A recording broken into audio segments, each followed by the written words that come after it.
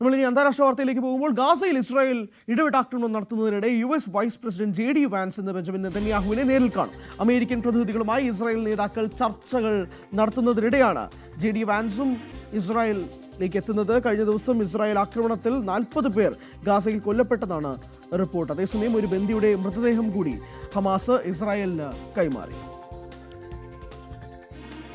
അഭിലാഷ് രാധാകൃഷ്ണൻ ചേരുന്നുണ്ട് കൂടുതൽ വിശദാംശങ്ങളുമായി. അഭിലാഷ്, വാൻസിന്റെ ഈ ഒരു മീറ്റിംഗ് നെതന്യാഹുവിനെ നേരിട്ട് കാണുമ്പോഴേക്കും എന്തൊക്കെയായിരിക്കും സൂചിപ്പിക്കാനുള്ള സാധ്യതകൾ? അതോടൊപ്പം തന്നെ ട്രംപ് ഹമാസിന് നൽകിയിരിക്കുന്ന ശക്തമായ മുന്നറിയിപ്പ് ഇത് എങ്ങനെയായിരിക്കാം മാറ്റിമറിക്കുക?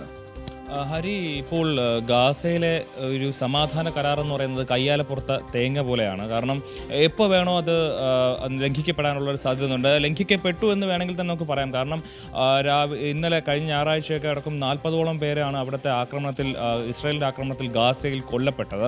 അവിടെ ഇസ്രായേലിൻ്റെ 2 സൈനികർ നേരെ ഒരു ആക്രമണം ഉണ്ടാവുകയും അവർ കൊല്ലപ്പെടുകയും ചെയ്തു.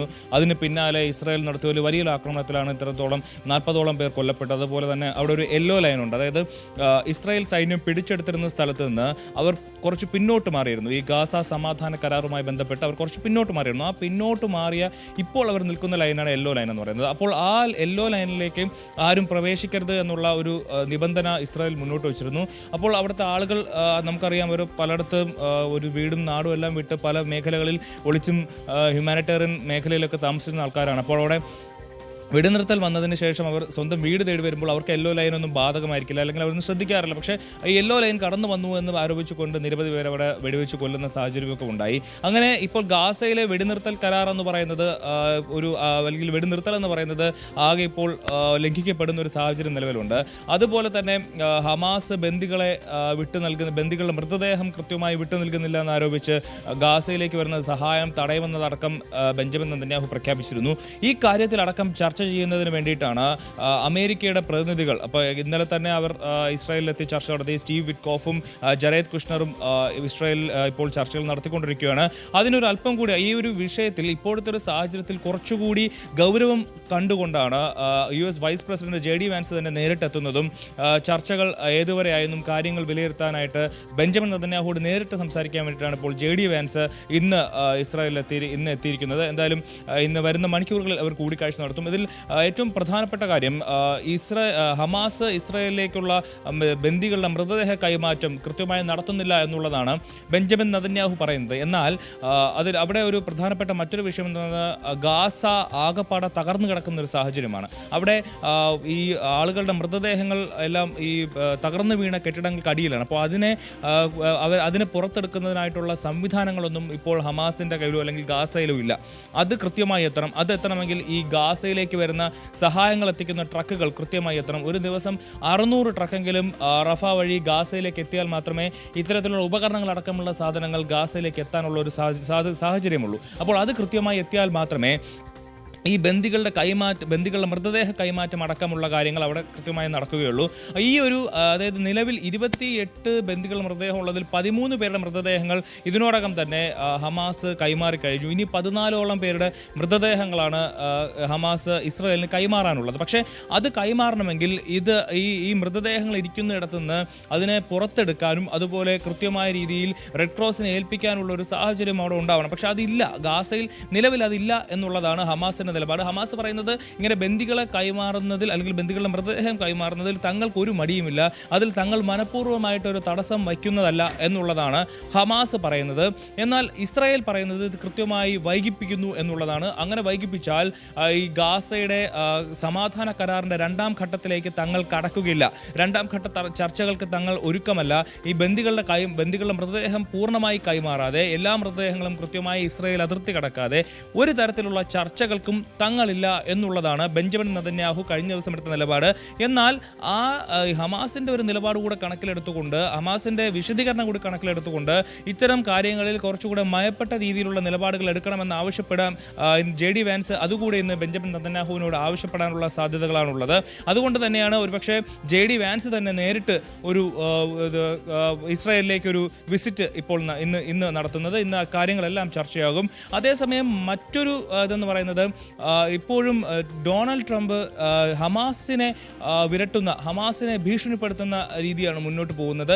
ഇപ്പോൾ നമുക്കറിയാം നേരത്തെ പറഞ്ഞതുപോലെ 40ഓളം പേർ അവിടെ കൊല്ലപ്പെട്ട സാഹചര്യമുണ്ട് കഴിഞ്ഞ ഞായറാഴ്ച മാത്രം. അപ്പോൾ ഈ ഒരു സംഘർഷം തുടരുന്നതിനിടെ ഹമാസിൻ്റെ ഭാഗത്ത് നിന്ന് ഏതെങ്കിലും തരത്തിലൊരു ആക്രമണം ഉണ്ടായാൽ അതിന് വലിയ തിരിച്ചടിയായിരിക്കും ഉണ്ടാവുക എന്നുള്ളത്. ഹമാസ് മര്യാദയ്ക്ക് പോയാൽ മര്യാദയ്ക്ക്, ഇല്ലെങ്കിൽ കൃത്യമായ രീതിയിൽ ആക്രമണം, കൃത്യമായ രീതിയിൽ ഹമാസിനെ നശിപ്പിക്കും എന്നുള്ളൊരു ഭീഷണി കൂടി ഡൊണാൾഡ് ട്രംപ് മുന്നോട്ട് വയ്ക്കുന്നുണ്ട്. എന്നാൽ ഇത്തരം ഭീഷണികളൊന്നും ഇസ്രായേലിനോടില്ല എന്നുള്ളതാണ് നമ്മൾ ഏറ്റവും എടുത്തു കാണേണ്ടത്. കാരണം ഇസ്രായേലും അമേരിക്കയും ഏറ്റവും അടുത്ത സുഹൃത്തുക്കളാണ്. അത്തരത്തിൽ അവർ തമ്മിൽ വലിയ ബന്ധമുണ്ട്. എന്നാൽ ഹമാസിനെതിരായിട്ടുള്ള ഭീഷണി ഡൊണാൾഡ് ട്രംപ് തുടരുന്നു എന്നുള്ളതാണ് ഏറ്റവും പ്രധാനപ്പെട്ട വിവരം. മറ്റൊരു വശത്ത് നമ്മൾ ഗാസയിൽ കാണേണ്ട വേറൊരു കാര്യമെന്ന് പറയുന്നത്, ഇത്തരത്തിൽ ഗാസയിൽ നിന്ന് ഇസ്രായേൽ സൈന്യം പിന്നോട്ടടിച്ച സ്ഥലത്ത് അവിടെ ഹമാസിൻ്റെ ആളുകൾ ഗാസ സെക്യൂരിറ്റി ഫോഴ്സ് എന്നുള്ള പേരിൽ കൃത്യമായി നിലയുറപ്പിക്കുന്നു. അവർ കൂടുതൽ ഹമാസിൻ്റെ ഗാസ വിട്ടുപോയ ഹമാസിൻ്റെ സൈനികരെ തിരിച്ചു വിളിക്കുന്നു എന്നുള്ള ഒരു ഗുരുതരമായ ഒരു റിപ്പോർട്ടുകൾ കഴിഞ്ഞ ദിവസങ്ങളിൽ പുറത്തു വന്നിരുന്നു. ആ കാര്യം ശരിയാണെങ്കിൽ ഗാസയിലെ വെടിനിർത്തൽ കരാർ ലംഘിക്കപ്പെടുന്നു എന്നുള്ളതാണ് ഏറ്റവും പ്രധാനപ്പെട്ട വിവരം. കാരണം ബന്ദി കൈമാറ്റം കഴിഞ്ഞാൽ അടുത്ത ഘട്ടമെന്ന് പറയുന്നത് ഹമാസിൻ്റെ നിരായുധീകരണമാണ്. അങ്ങനെ നിരായുധീകരിക്കാൻ പോകുന്ന ഹമാസ് എന്തിനാണ് സൈനികരെ വിളിച്ചു വരുത്തുന്നത് എന്നുള്ള കാര്യം ഏറ്റവും പ്രധാനപ്പെട്ട ഒരു ചോദ്യമാണ്. അങ്ങനെയാണെങ്കിൽ ഈ റിപ്പോർട്ടുകൾ ശരിയാണെന്നുണ്ടെങ്കിൽ ഗാസ സമാധാന കരാറിൻ്റെ ലംഘനം ഹമാസിൻ്റെ ഭാഗത്തു നിന്നും, അതായത് ഇസ്രായേൽ ആദ്യമേ ആ സമാധാന കരാറിൻ്റെ വെടിനിർത്തൽ കരാർ ലംഘനം നടത്തി കഴിഞ്ഞു. അങ്ങനെയാണെങ്കിൽ ഹമാസിൻ്റെ ഭാഗത്തു നിന്നും അതൊരു ലംഘനമായി കണക്കാക്കേണ്ടി വരും. ഹരി, ഇല്ല അഭിലാഷ്, ഇത് രണ്ട് കാര്യങ്ങളാണല്ലോ. ഒന്ന്, ഇപ്പോൾ സൂചിപ്പിച്ചതുപോലെ തന്നെ ഹമാസ് ഒന്നുകിൽ മര്യാദയ്ക്കെങ്കിൽ മര്യാദയ്ക്ക്, അല്ലെങ്കിൽ ഉന്മൂലനം എന്നുള്ളത് തന്നെയാണ് ട്രംപിന്റെ ഭാഗത്തു നിന്നുള്ള പ്രസ്താവന. അത് ഇസ്രായേലിലേക്ക് കാണുന്നില്ല. രണ്ട് കാര്യങ്ങളാണ്. ഒന്ന്, ഇപ്പോൾ വാൻസ് നെതന്യാഹുമായിട്ടുള്ള കൂടിക്കാഴ്ച നടക്കാൻ പോകുന്നു. ആ ഒരു സാഹചര്യത്തിൽ ഈ യെല്ലോ ലൈൻ, ഇതാണല്ലോ ഇപ്പോഴത്തെ ഏറ്റവും പ്രധാനപ്പെട്ട വിഷയം. യെല്ലോ ലൈൻ മറികടക്കുന്നതോടുകൂടിയാണല്ലോ ഇസ്രായേൽ ഈ ഒരു ആക്രമണം നടത്തുന്നത്. പ്രത്യേകിച്ച് ഈ കുടുംബങ്ങളൊക്കെ അവർ തിരിച്ച് നാട്ടിലേക്കോ അവരുടെ സ്ഥലത്തേക്ക് വരുമ്പോഴേക്കും ഈ യെല്ലോ ലൈനൊന്നും അവർക്ക് ബാധകമാവില്ല. അപ്പം 2 ദിവസങ്ങൾക്ക് മുമ്പ് 11 പേരടങ്ങുന്ന ഒരു കുടുംബത്തെയും ഇതുപോലെ ഇസ്രായേൽ കൊലപ്പെടുത്തുകയും ചെയ്തു. ഇന്ന് കഴിഞ്ഞ ദിവസം 40ആയി. ഇങ്ങനൊരു സാഹചര്യത്തിൽ ഇങ്ങനെ വർദ്ധിച്ചുകൊണ്ടിരിക്കുമ്പോഴേക്കും വാൻസ് നെതന്യാഹുവിനോട് ഈ യെല്ലോ ലൈനുമായി ബന്ധപ്പെട്ടുള്ള ആവശ്യങ്ങൾ അതെന്തെങ്കിലും ചർച്ച ചെയ്യാൻ സാധ്യതയുണ്ടോ? ഒന്ന്. രണ്ട്, ഇരുവരും ചേർന്ന് ഒരു പത്രസമ്മേളനത്തിന് സാധ്യതയുണ്ട്. ഇപ്പോൾ വാൻസും നെതന്യാഹുവും തമ്മിലൊരു കൂടിക്കാഴ്ചയ്ക്ക് ശേഷം മാധ്യമങ്ങൾക്ക് മുന്നിൽ വന്ന് ഇരുവരും ഒരുമിച്ചിരുന്ന് ഒരു പത്രസമ്മേളനത്തിന് സാധ്യത കാണുന്നുണ്ട്. ഹരി, ഇപ്പോൾ രണ്ടുപേരുടെയും ചർച്ചകൾക്ക് ശേഷമായിരിക്കും ഇത്തരം കാര്യത്തിൽ ഒരു തീരുമാനമുണ്ടാവുക. എന്തായാലും ഒരു സ്റ്റേറ്റ്മെൻറ്റ് എന്തായാലും ഉണ്ടാവും എന്നുള്ള ഉറപ്പാണ്. കാരണം ഈ യെല്ലോ ലൈനിനെ സംബന്ധിച്ച് ഇപ്പോൾ അറിയാം, ഈ യെല്ലോ ലൈൻ കടന്നാൽ ഒരു ദാക്ഷിണ്യവുമില്ലാതെ വെടിവെച്ചിടുന്ന ഒരു രീതിയിലേക്കാണ് ഇസ്രായേൽ സൈന്യം അവിടെ ഗാസയിൽ കൈക്കൊള്ളുന്നത്. കാരണം അവർ ഈ യെല്ലോ ലൈൻ എന്ന് പറയുന്നത് അവർ കൃത്യമായും ഗാസയുടെ ഒരു അതിർത്തിയായിട്ട് തന്നെ IDF കാണുന്നുണ്ട്. അതായത് ഈ ഗാസയുടെ അതിർത്തി എന്ന് പറയുന്നത് ഈ യെല്ലോ ലൈൻ കഴിഞ്ഞ് എത്രയോ പിന്നിലാണ്. എന്നിരുന്നാൽ പോലും ഈ ഇപ്പോൾ യെല്ലോ ലൈൻ വരച്ചിരിക്കുന്ന സ്ഥലത്തും അവിടെ ആളുകൾ താമസിച്ചിരുന്ന ഇടം തന്നെയാണ്. അപ്പോൾ അങ്ങോട്ടേക്ക് സ്വന്തം വീടുകൾ തേടി വരുമ്പോൾ അവർ ആരും സ്വാഭാവികമായിട്ടും സ്വന്തം വീട് തേടി വരുന്നവർ അവിടുത്തെ യെല്ലോ ലൈനും ഒന്നും ശ്രദ്ധിക്കാറില്ല. പക്ഷെ അങ്ങനെ വരുമ്പോൾ അവരെ വെടിവെച്ചിടുന്ന ഒരു നയമാണ് ഇസ്രായേൽ സൈന്യം സ്വീകരിക്കുന്നത്. അത് ഒഴിവാക്കണമെന്നുള്ളത് ഒരു പക്ഷേ JD വാൻസ് ആവശ്യപ്പെട്ടേക്കാം.